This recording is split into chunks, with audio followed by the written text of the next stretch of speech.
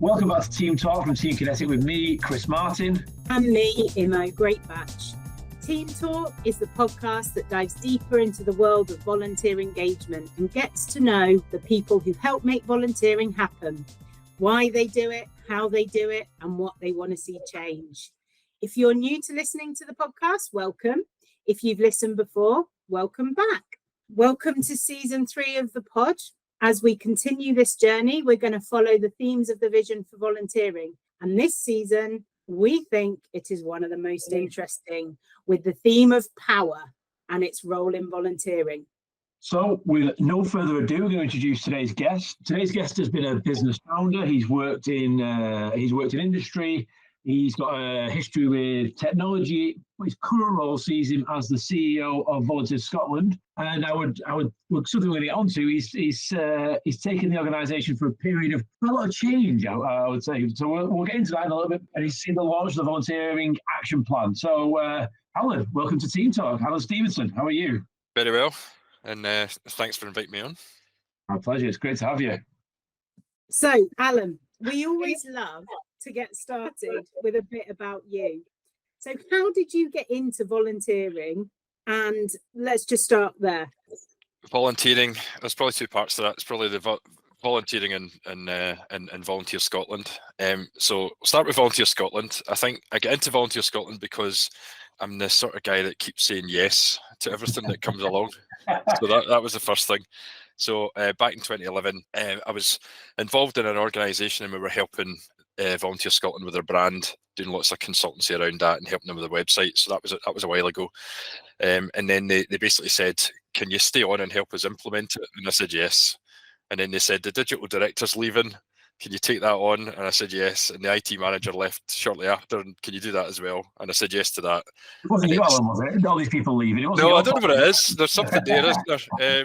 And then the CEO, that was a bit of time in between that. The CEO decided he was going to retire. And he said, do you fancy sort of throwing your hat in the ring if I was going to do that? And again, I just keep saying yes. So that's what happens. And this is where you end up if you keep saying yes. So I don't know if that's good or bad. In terms of volunteering, I've probably not volunteered for a while, and I don't know if that's a great confession for the head of a national centre for volunteering. Clearly, it's a good thing to do. I absolutely struggle for time. I loved it when I did volunteer. I helped with probably more recently a cycle charity, and I was sitting on the board of that, and even helped in the finance side, and it was a great experience. And I want to get back to it, to be honest, but I find it difficult. It's like the Cosa Nostra, but the other way around. I want to get back to volunteer, but they keep dragging me back, Every time I get out, they drag me back in. I always think it's a really interesting one for people that work in the sector, because very rarely is there a linear journey into working within the sector. And I do think it's something that we as a sector need to think about, that sort of career pathway. But maybe that's for another pod season, maybe another. But tell us a little bit about your sort of history pre-Volunteer Scotland, and what like I said, this non-linear journey that brought you to where you are now. Yeah, pre-Volunteer Scotland. Oh my goodness, how far back do you want to go? I started off as an engineer, Chris. So I was mechanical electrical engineer, and I worked in oil rigs for a while. I didn't know that. Norway, there you go. Refineries and all that sort of stuff. And then decided that I was going to go back to university, got a master's in international marketing. So why does that take you to Scotland? If it's in international marketing, it did. I ended up doing things around tech and web and thinking more about business strategy and all those types of things. And that took me into kind of consultancy, set up my own business. One of the first social media consultancies in Scotland, I think we set up. And then, you saw that journey that's then take me here. I think that the thing for me, with this sector and also just this job, there's a certain point where you kind of search for meaning in what you do as well. So it's not just about, you've got the skills, you've kind of done that bit, you've been back to uni, I'm happy with that, but it's like, well, what's my next big challenge, and what's the point? What's the point of it? What's the point of me? Kind of thing. So finding something that had that more direct link to actually making a difference, I think. It's still indirect through a national centre to some extent, but there's you certainly get a much more linear connection to the fact that you're making people's lives better in some sense, hopefully. Yeah, well, you wake up every day with, I often say to some of my friends that are in quite well-paid jobs, but that sense of purpose, it's really important for me. I know it sort of helps me get out of bed every morning, knowing that I'm going to work to do something I care about and I feel that makes a difference. And it sounds a bit cheesy when you say it out loud like that, but I think it's really important in that sort of sense of well-being and sense of knowing what you're about and what you want to do. So I can totally take that on board. It sounds a bit corny when you say it out loud. That's the problem. Alan, you've got to embrace the cheese. You've got to embrace it. You don't need to shy away from this. This is like living with purpose is fruitful. I was going to just add to that. It's true though. I mean, I've got friends and they work in financial services and so on, and it is literally it's a real struggle for them after a point. And they're the ones that are going, I really need a big change in my life. I want to go traveling for years, or I want to do something really extreme. And you're going, well, that partly down to the fact that you're not getting that kind of meaning out of what you're doing. I think, So no, I feel in a privileged position from that point of view. In regards to your volunteer journey, obviously with the engineering and the oil rigs, can't imagine you had a lot of time with that side of things, but where did you kind of learn about being a volunteer or gifting your time? How did you get into that? Yeah, I think it wasn't something that was that was kind of instilled through family, and that's quite that's quite normal for folks, for kids to get in early, and it tends to be through looking at what the parents are doing. So my parents weren't doing any of that, so I never got involved in that sense. I went through career and all the rest of it, and it was actually more when kids came along. That was it, and it was those asks. You're just that person who's you say yes, Alan, that's what it is. You say yes again. That's it. It's coming back again. All the best things that have happened have been just starting for that. Yep, okay. And then worry about what it means. But for example, that was mentioned the cycling charity. Well, that was how Lewis, my youngest, he learned to cycle. So basically they got him started down at a local sports centre outside, pushing along the bikes and all the rest of it, and off he went cycling. And you were there with him for a few weeks or whatever, and then you eventually get asked, what can you do with the books? Can you have a look at our finances?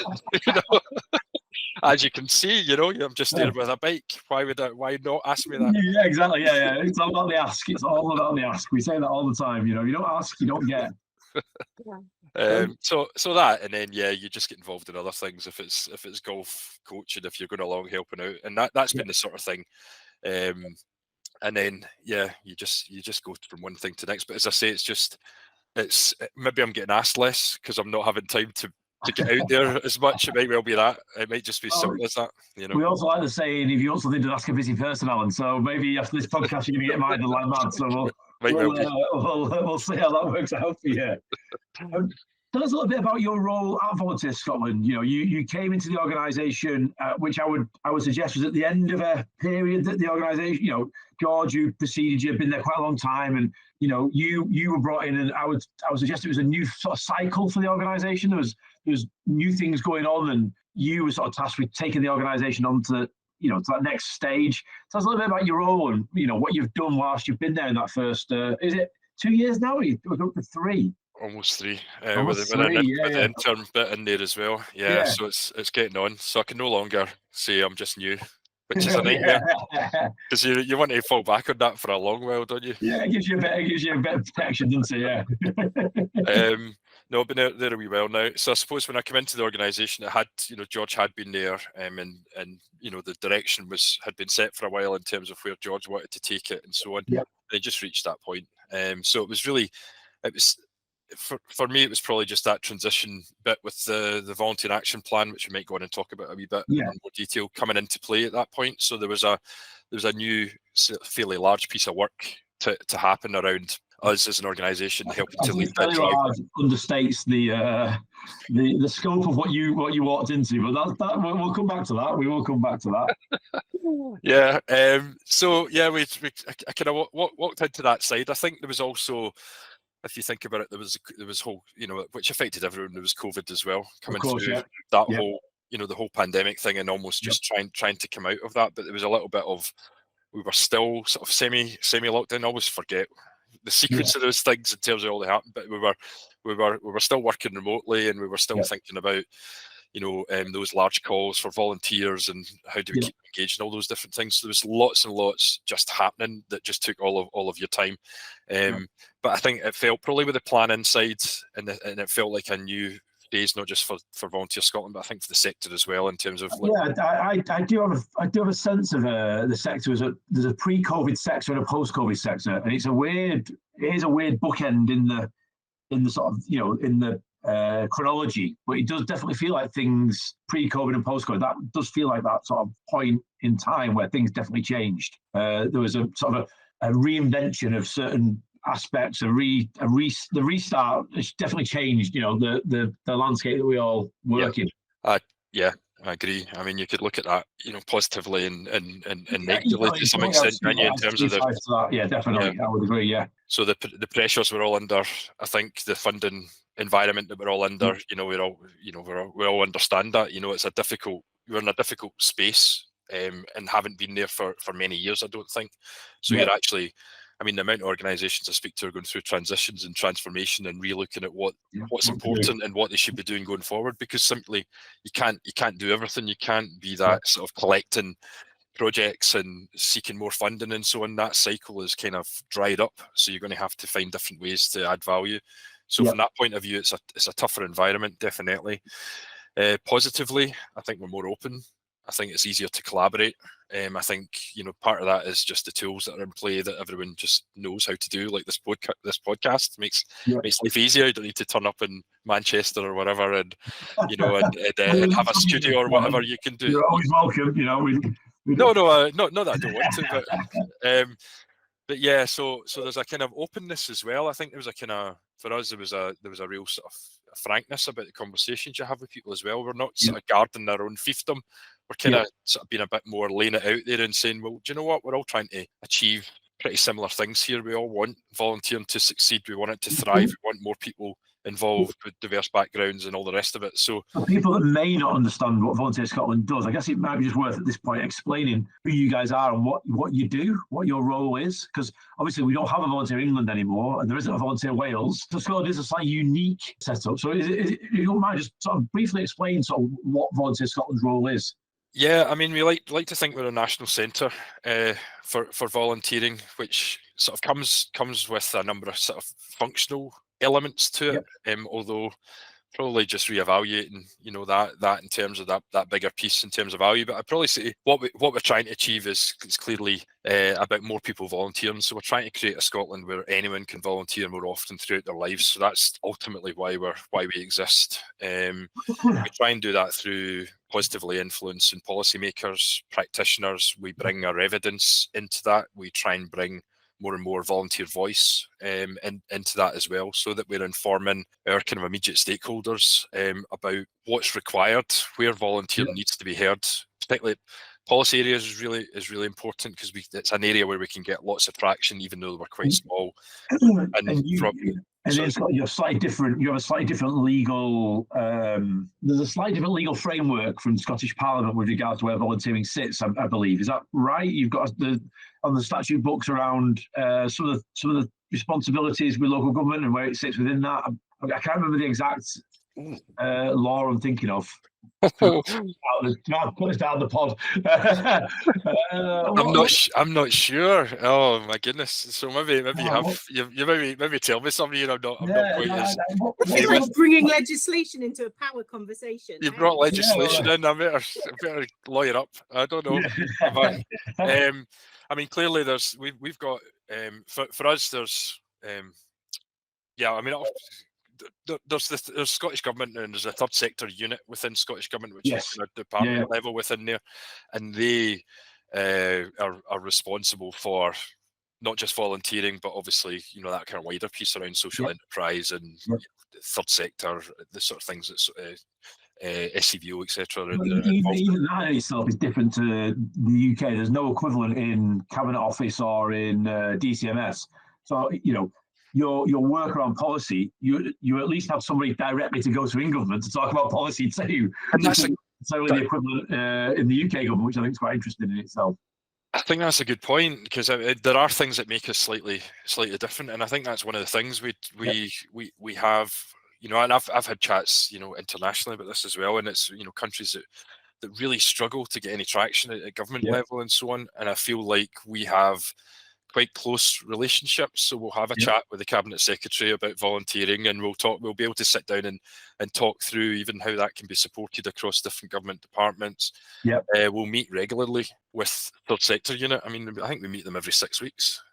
Which is, like I say, and again, I don't want to speak out of turn for the rest of the UK, but I think it's a very different setup to anywhere else. So I think that's fantastic. It gives you a voice into government in of itself. So it's yeah.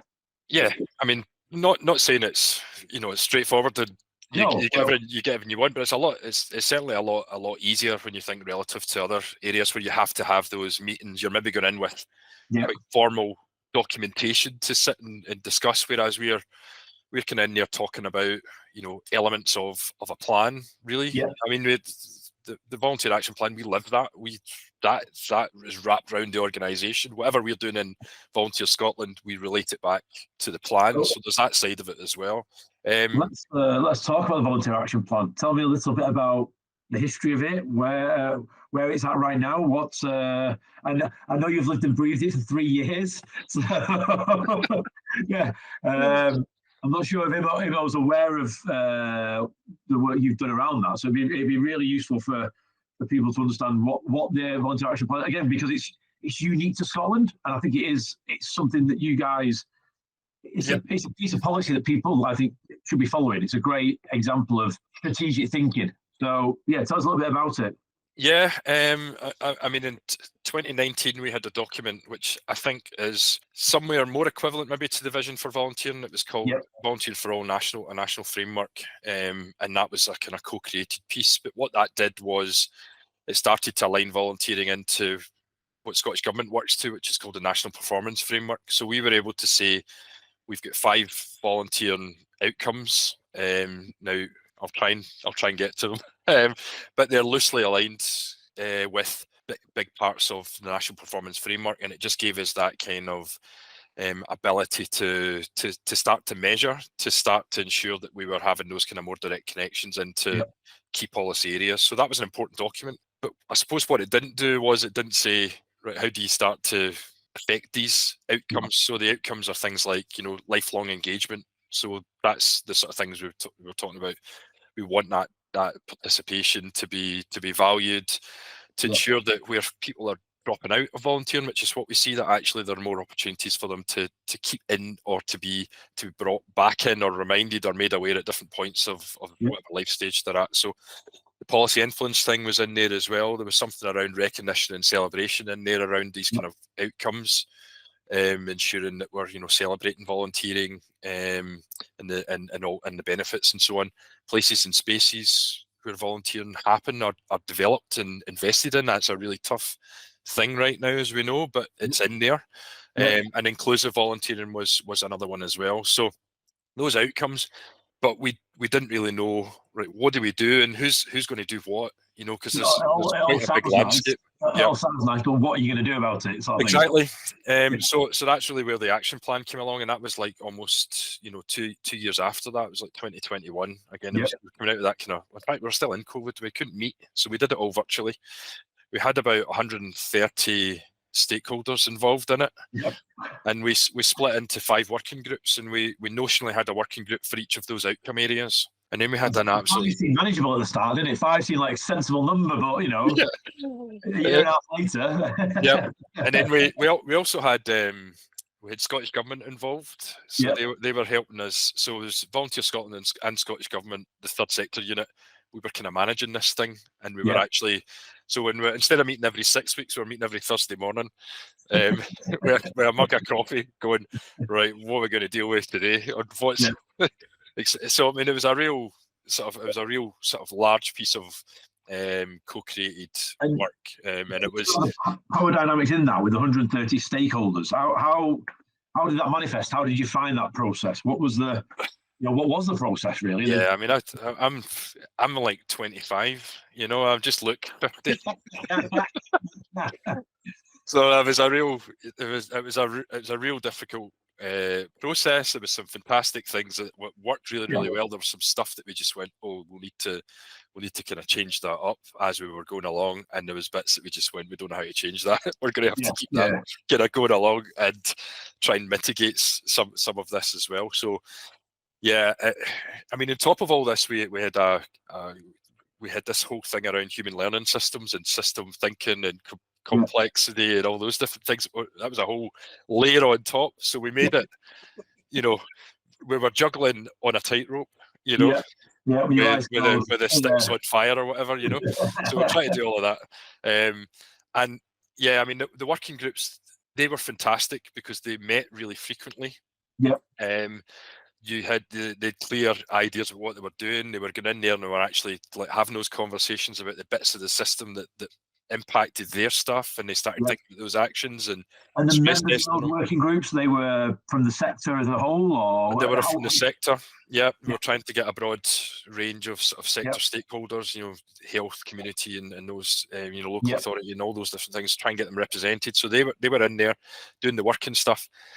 And they were reporting back to the management group. And then we had this structure, which is a typical structure where you have like a governance steering group and you put that on top. And they didn't meet that often and they felt quite frustrated. So you're constantly trying for them to keep up with what was happening. But the other work was really, really dynamic. And so they were meeting and then going, so what do you want us to look at here? And so we were finding it a real struggle.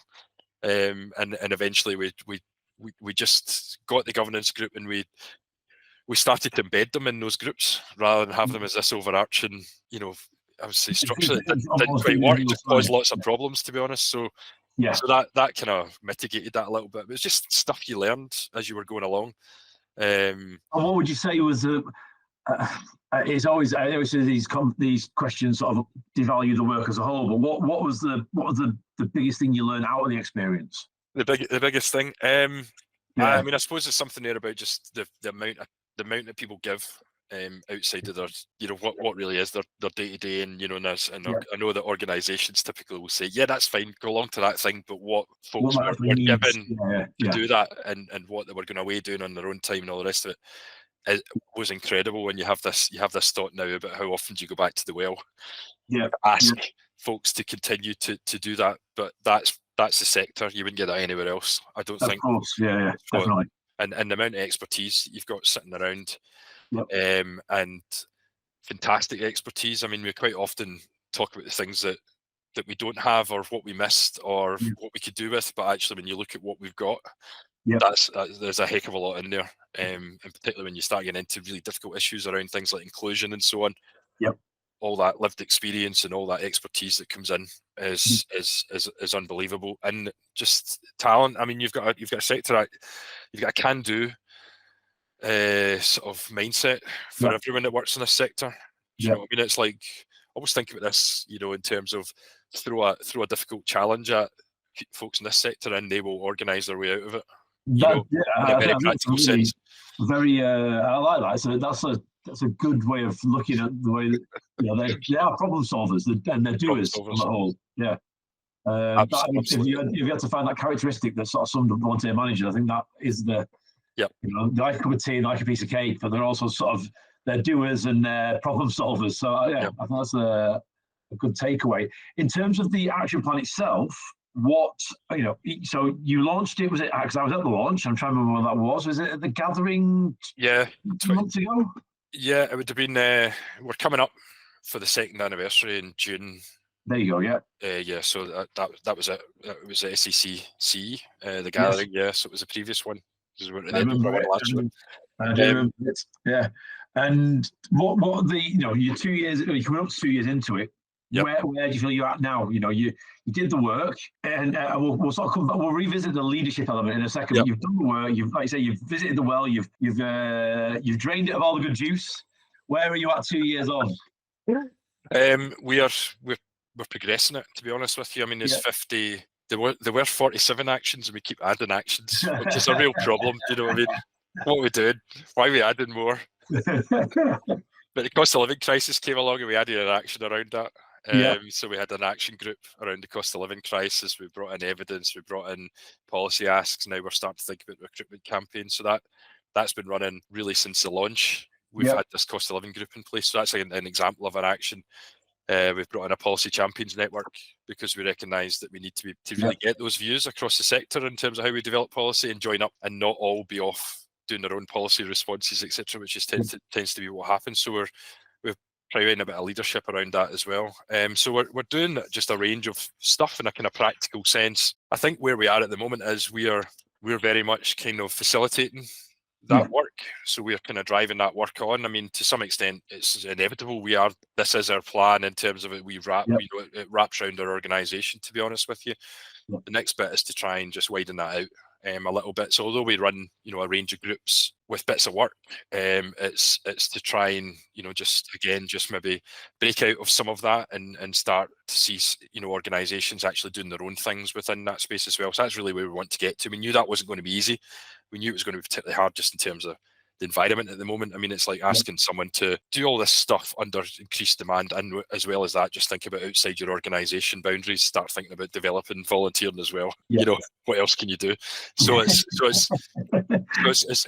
don't think the sector's necessarily primed and ready for a really hard ask, but we can start to sort of just up the ante on that one, which is what we're doing as well, and we've been building up comms as a comms side to what we're doing around the plan, similar to what the vision of volunteering has been doing over the period, just building up those comms, but starting to think about some of those asks as well. So we're building that bit in.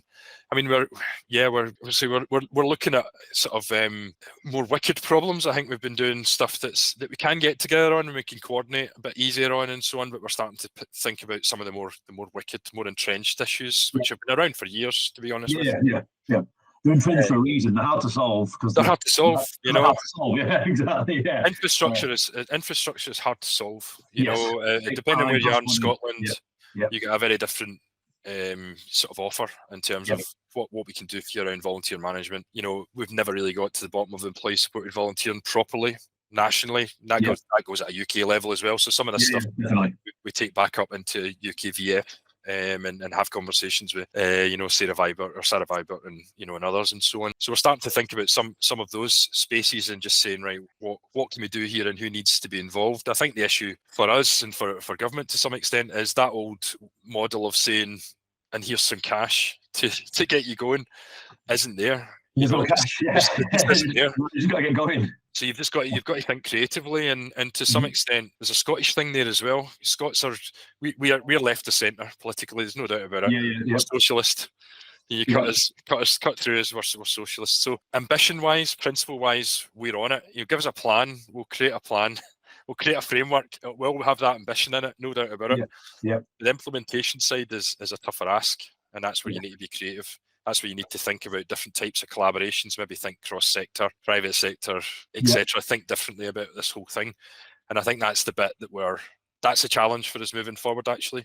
Okay, there's no cash from the normal routes, but how are you going to find money, or how are you going to think about this problem differently, And I, just listening to you, and you'll be pleased to know, Chris, I have actually done my homework, and I did go and find the action plan and think, let's go and have a look at this before I start talking and questioning Alan. But the thing that struck me, Alan, is often in the volunteer sector, the sort of national level organisations can be criticised for creating documents that are sort of dust collectors and very disconnected to the volunteers and actually solving the everyday challenges that the volunteers are facing. And what really hit me when I started navigating your website was the simplicity and the kind of agility that came across from the plan of this living plan, even in the language you use. And I probably say, I'm not undermining it by saying how simple it is, but actually how easy it is to grasp when you're not at Volunteer Scotland. And it just made me think, I feel like, oh man, you've achieved so much stuff that is like what we're kind of having the same conversations of how do we just make this really easy? But talking and listening to your 4-year journey and beyond to get to this point, you're probably like, yeah, it's not easy. And it takes years and we're still working it out. But so I guess how did you get the plan to look and feel so simple? And was that with intent? And are those that it's for feeling it's simple, or is that actually because I'm in the sector and I see it like that? I don't know. Just interested. I'm glad that you're saying it. It seems simple. I think that was a real struggle to try and make that seem simple. So there was a fair amount of back and forward between working groups in terms of what they were producing, and then almost like a writing group that was sitting there trying to articulate this and simplify it back down and saying, is this what we're trying to get to? So there was a bit of work there. The key with these things. 51 actions is a lot of actions to try and communicate. So simplicity has to be at the heart of what you're trying to do. Exactly. It needs to have that real practical sense to it as well. I mean, that's the point. It's about action. So it's about us picking something up and going, right, okay, I can see where we go next with that. So it was like almost like asking the question, well, do we know where we're going at? If we read that, do we know what we're going to do next? I don't know if we've necessarily managed that in everything we put there, but we've done that with a fair amount in there, and I think that was a start for us. It wasn't easy, and it probably involved at some point having less people on it, and then just that back and forward. I think just to try and sort of craft that. There was something there about us not to be, it wasn't. It was to try and stop us being too, what would we say, overly. It's not ambitious. It's just the phrasing of things about, it's just not. It's unrealistic. It's the kind of idealistic language. It's to try and cut out that idealistic language, I think, as well. So there was a bit of like cut this down to simple, prose and that kind of side. And I think there was a little bit of that in the groups that, it should be this and we should be this and that and the next thing. And it's like, well, what does that mean for you? And does it mean the same thing for this person over here? And quite often it didn't. We all think different things. So it was almost like bring it back down to real base level. The systems thing actually helped when you could get a grasp of it. It was actually saying, what are those elements in there that are stopping us, more people coming in, more people staying for longer, and and folks and the folks that leave with poor experiences or whatever? What are the bits in there that we need to change? And for us, that's maybe what the action plan is. It feels like it's 50 actions, but actually, if you start to think about it, it's there's 7 actions in this bit here, and we only have to start progressing these to see a difference. So no, it's a really good question. I'm glad that you picked it up and you had that, because you get different perspectives, because you get people who are in it and they go, oh, I wonder what other people say, and then you get others who maybe just don't read it or are not unaware of it as well. Because why would they be? Why would a volunteer necessarily? I mean, that was the other thing. It's an action plan and it's for volunteers, but there was an element of what we're saying for volunteers kind of thing, and we're kind of going, well, I want them just to carry on volunteering. To be honest with you, I want them to feel the impact of the plan. I want them to have a better experience. I don't want them necessarily to take action. It's a tricky one, that, because the audience isn't necessarily the volunteer themselves; it's the sector. But you're talking about the volunteer and their experience, even though it's not for the volunteers. So it's a tricky balance to get that right in terms of who you're writing for and what your work engages. Absolutely is that, and there was that challenge of, I think there's always this thing about tokenism as well when it comes to getting that voice in there, because we don't necessarily have the systems to pull voice through. We should really be looking at voice at different levels. We should be pulling voice in from organisations. We should be aggregating that voice and understanding the issues, and then driving that and having those conversations at national, sucking all that data up and saying, we really need to do something on X, Y, Z. But we don't have that. So what we do is we'll grab this poor volunteer and say, oh, right, okay, what experience do you have? But they're saying this, we need to change. Change everything, because of there's 1.2 million formal volunteers, so we'll take one person's view on it. So there was those challenges as well, and those debates. Why don't we have more volunteers in this group? I'm going, well, we've got this research, we've got this evidence we can bring in. I don't know how we'll do better right now in terms of bringing someone in, but I think that'll always. So those debates all happened as well. I mean, it was really, it was interesting. And I mean, that's an interesting one for me. Obviously, Volunteer Scotland took the lead on this piece of work. How do you balance those different voices? How do you balance the demands of the community groups versus demands of the NHS versus demands of the big charities? How did you? Again, going back to that power dynamic, how did that end up sort of playing out? Did you find? Yeah, I mean, some of that was how we pulled these groups together and the terms of reference and so on, and there was a little bit of setting that out. And there was almost like a kind of Charterhouse rules as well. Okay, here's 10 things. that we expect from you. So there was a little bit of leave your baggage at the door.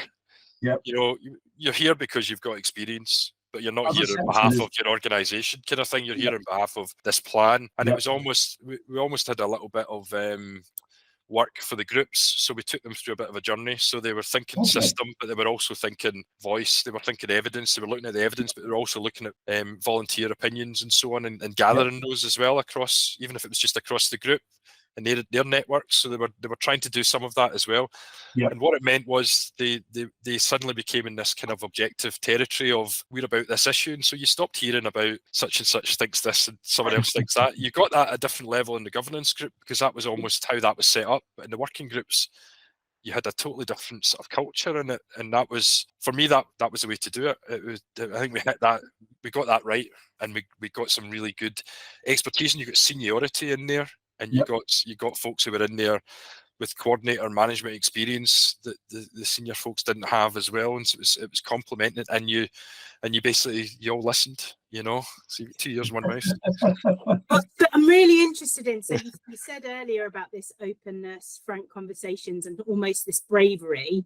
And then there you talked about sort of when people started, this is how it is. Did you intentfully set that out, or as you went through with the working groups, you identified that was needed and there was a point? I think we kind of set that out, and some of that was helpful around the human learning systems approach, because there's a bit of that in there, and we kind of grabbed some of that and said, right, okay, let's have a wee think about how we pull that kind of that work together. So we set that out, but there was definitely we did a bit of a review, sort of in-process review of these groups as well. So they did feedback surveys every so often and things like that, and we met with the chairs from the groups as well. So there was a chair for each of the groups, and so we supported those chairs. So the chairs were in there doing their piece. Was there any, I mean, again, you have to name names, was there any particularly difficult disagreements, or was there any fallouts through the process, and how was that managed? Because, as I don't know if there was fallouts, but there was kind of there was kind of meetings where we had to be very, very careful about how we approached the meeting, and deal with, and had to deal with issues that were there as well, and talk that through. So it wasn't really at that kind of sort of ground up level, at the working group level. It was more at the governance group level, to be honest with you. It was a bit more difficult, but I felt like I also could see where they were coming from. They were a bit more removed. They were thrown in. It's difficult, and people do have pretty entrenched opinions and thoughts on some of these topics. So it's you are going to have some difficult conversations. Yeah, no, that's it. I mean, you had you did have. I mean, this wasn't a we were all have consensus here, and we're all the same. This was, even in the working groups, you would have folks who think very differently about what volunteering is. So, for example, you might have someone from a more Christian organisation, and they really do talk about this gift of giving and things like that, and that's not necessarily the same view that someone else will have, that's maybe dealing with addiction, and their volunteers are, or victim support, and they're in a harder area and so on, and they're going, well, we really do not think of volunteering in those terms. So it was like a little bit of that was kind of, you've got to understand different opinions. We've got to find a way through this as well. So so there's no right and wrong answer with this stuff. But I think another thing we did, which was helpful, was just, again, it was bringing in support, bringing it back down to evidence if we could as well. So again, with the working groups, we would have an evidence pack for that working group. Say, look, here's facts. It's undisputable stuff, So you can argue about the other things, but don't argue about that. That's Alan. There's no facts anymore, just alternative facts. Well, there is, it's that post-truth, isn't it? But I mean, we pretty much think that the Scottish Household Survey is factual. It's 10,000. We go, if they say that's what participation rate is, well, let's not argue about that. Let's just, etc. Or if we say that's where a lot of people volunteer. So there's some of that, and things like the health and well-being benefits of volunteering. Some of that stuff it's in there. It's well evidenced. It's almost like climate change exists. So move on. I guess my if I was to be difficult as an interviewer, you got your action plan, you've launched it, you're 2 years in, your volunteer numbers are still going down, it would seem, according to the research. So what are your thoughts around that? And what is, is Is it a blip? Is it just trend? What do you think is going on there? What are the headwinds that the sector's facing? Yeah, clearly going down. Good point. Participation rate in the latest Scottish Household Survey is 22% for formal adult volunteers, and it was 26%. That's an enormous pressure down. There's clearly a pressure on volunteers. I think the sort of post-pandemic element, there's maybe an experiential thing in there. There could be. There's that's not going to have that level of impact, but will have some impact. I think moreover, it's the cost of living, and then actually, time and where your focus is now, and caring responsibilities. If you think about the older demographic of volunteers as well, it's all those things. It's back into a system. Need to work more, can't afford childcare. Grandparents help out more than they did before.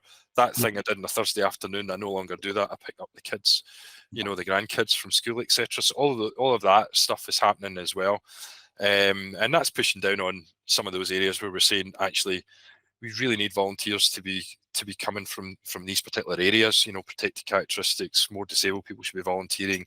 There's a hurdle there for some groups to get into volunteering, and it is that kind of initial hurdle, because once they're in, they volunteer more often, more regularly than anyone. There's benefits from it. We know that those benefits groups, are there. So it's a virtuous cycle. So to try and it's getting them into that as well. So those things, those pressures are definitely there. Pressures are on organisations, absolutely. So if you think about the pressures on programs, volunteer programs, and quite often the thing that goes when you've got funding cuts and so on is that person who you think, just a coordinator, just a manager, or can you do this instead? And they're off doing something else that seems more important. So volunteering's kind of pushed down, and then suddenly, you had 100 volunteers, but now you've got 20, and then suddenly you don't have any kind of thing. So there's that.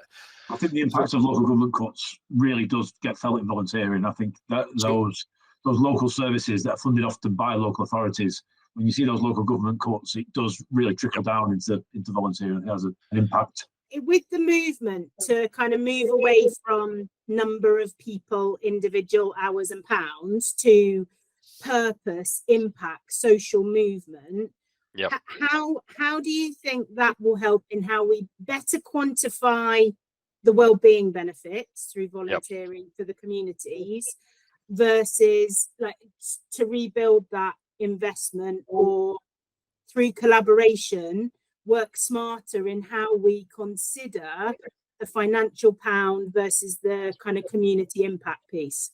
Yeah, we need to get more sophisticated on that front, and it just opens that up, doesn't it, in terms of those conversations. At the end of the day, government is focused on finance, but they're maybe thinking about immediate costs and transactional costs, and there's a transactional cost in there, but actually they're not looking at the full set or equivalence in terms of impacts. But there's something there actually I don't think they've, we give them economic impact.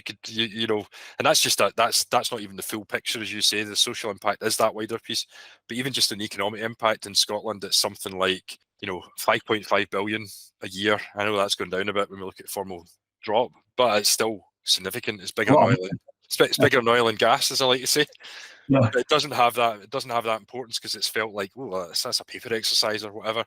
Whereas we're actually saying, no, it's more than that. It's actually more than that. It's about community cohesion. It's about you're keeping libraries going. It's about all those things actually where volunteers are suddenly given more and more responsibility. So I often find with the social impact stuff, because it's downstream to where the money's got in.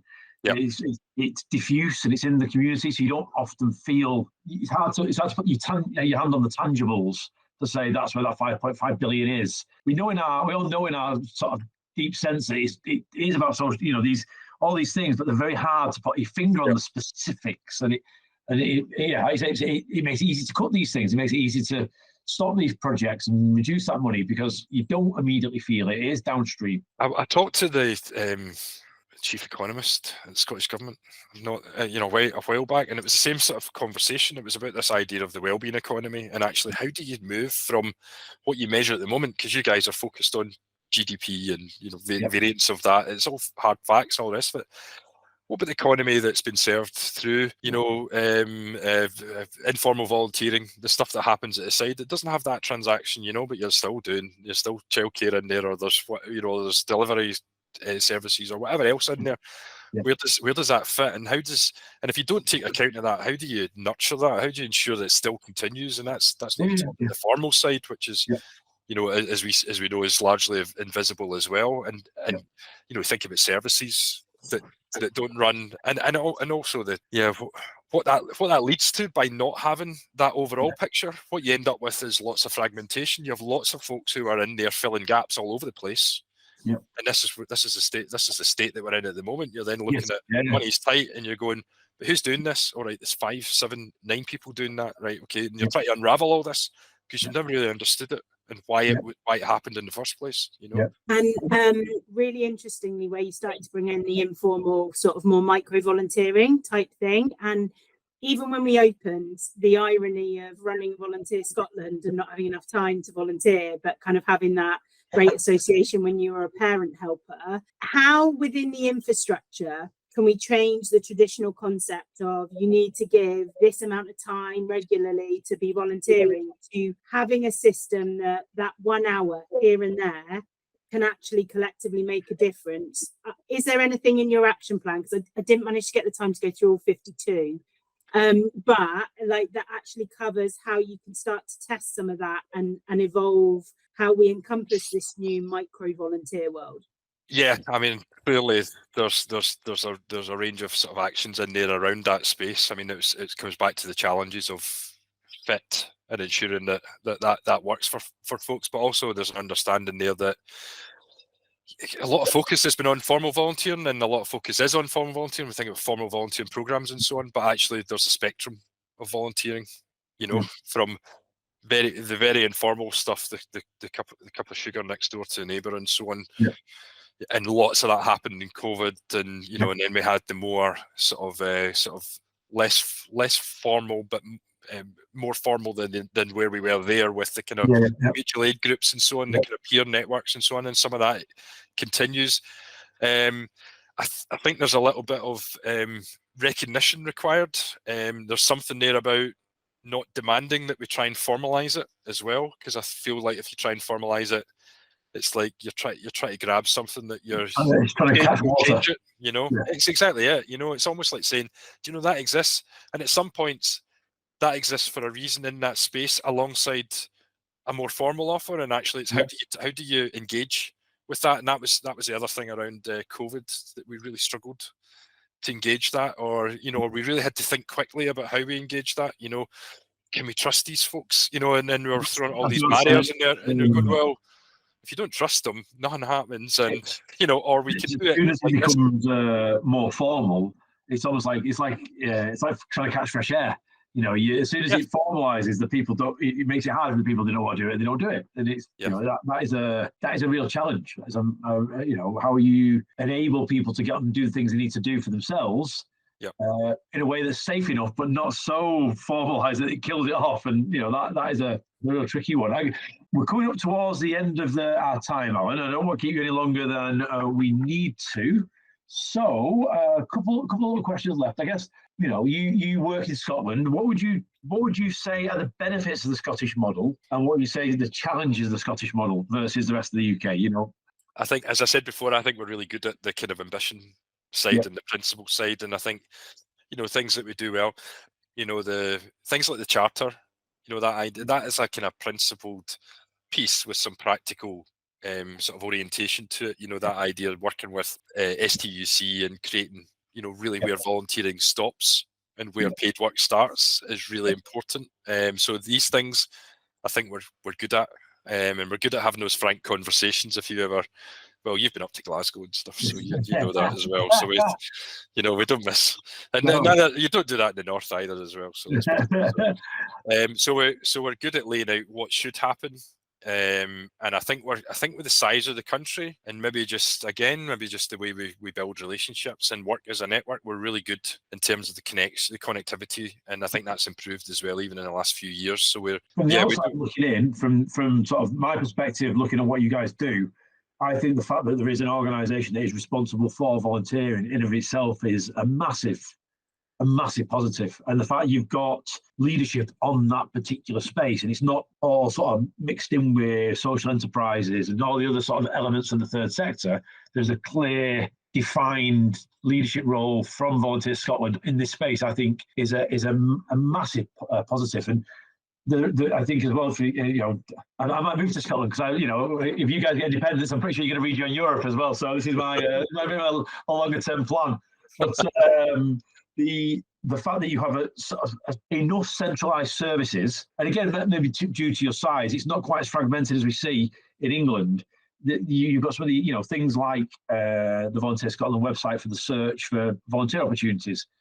These centralised services that are to the benefit of all the other partners that sort of operate across the country, I think is another really positive thing. And I guess you see it every day, so these things are just your normal day to day. It's hard to recognise that the rest of the country doesn't have them, but it's that'd be my view from the outside looking in. I do sometimes look on with a bit of envy with the fact that you do have that leadership, and you do have that. You've got the action plan, you've got the charter. These are they're big pieces of sort of infrastructure that I think do make a difference. Yeah, I think you're right. It's good to hear that as well. I think there's probably something right now to recognise those assets. I mean, I think some of them are kind of dusty jewels. They need to be dusted off. They need a wee bit of extra, impetus, a bit more investment to ensure that they really are pushing in the next 5 years as well. That they are providing that impact, because it costs. I mean, I said that to the Cabinet Secretary the other week. It costs an awful lot of money to start again. That's what the cost is. You rip that up, and you'll say, wouldn't it be good if we had such and such? And you'll have to start again with it. And that's a killer. Look at what you've got just now and value it. And I think there's a little bit there about where we are at the moment. We're kind of looking at everything, and there's a danger that we're throwing out things. We're looking at things too quickly and not taking that social impact perspective either, and saying, okay, well, that's not worth right now. Let's get rid of that kind of thing. And actually, there's a lot there that we need to protect and nurture and invest in as well. And I think you're right. Those things that are almost like commons, aren't they? I mean, they're actually, someone has to look after them. They're not necessarily, if you said, is Glasgow not interested in this national website? Probably in an indirect sense, they'll see that it's the same audience, and they'll agree with that. But actually, does it make a difference to their day-to-day? Maybe not. But does it make a difference to the volunteer? Absolutely. It makes life easier for them. And they end up looking for an opportunity in, the East End of Glasgow, from the national website, as well as going directly to other websites in Glasgow. So you understand this is about the volunteer at the end of the day. And I think that's a nice way to bring it all back together. Imo, do you want to do two from you? We would love 2 words from you, Alan, that summarise one word summarises your perception and journey as a volunteer, and 1 word that summarises your kind of engagement perception of volunteering in your professional capacity. Okay, Johnny as a volunteer. Probably, what am I saying here? I'm probably saying something around regret that I can't spend more time volunteering. So there's something there about just what I'm missing, So there's that's my main thing, because I will go back to it. I like the honesty. In terms of volunteering, I think there's it's one word's hard, but I mean, I'm going to say something like, there's something there about collaboration that's going to take us forward. There's something about shared ambition. I think I know that's more than one word, but there's something about just there's a massive opportunity, and there's also opportunity. Where we are right now is the time to rethink things, to seize it. This the combination of all the things we've got to around cost of living, the demand for volunteers, the coming through COVID and all the rest of it, and recognition that it's the fabric of society. Volunteering is the fabric, it's part of that fabric of society, and if we don't nurture it, it's not going to be there, and you don't know what you miss until it's gone. Exactly that. Well, and just on that, we don't want anyone to come onto this podcast and suddenly feel this sense of regret. So I think what we need to take away from this, Alan, is actually your professional collaboration is building a better place for when you move back into it to do a purposeful role. So don't leave feeling that kind of cloud of regret, because you're doing great stuff, and it's great to hear about it. Thank you. Well, that just sort of finishes it up for today. Just like I said, big thank you to Alan for giving us your time. It's been lovely to have a chat with you as always, Alan. If anybody does want to get in contact with us, they can get in touch at pod@teamkinetic.co.uk or any of the TeamKinetic socials. We'd love to hear your thoughts. We read everything that's sent in. And if you have any ideas or any guests you'd like us to have on the pod, then please do let us know. And until next time, take care. Thanks a lot.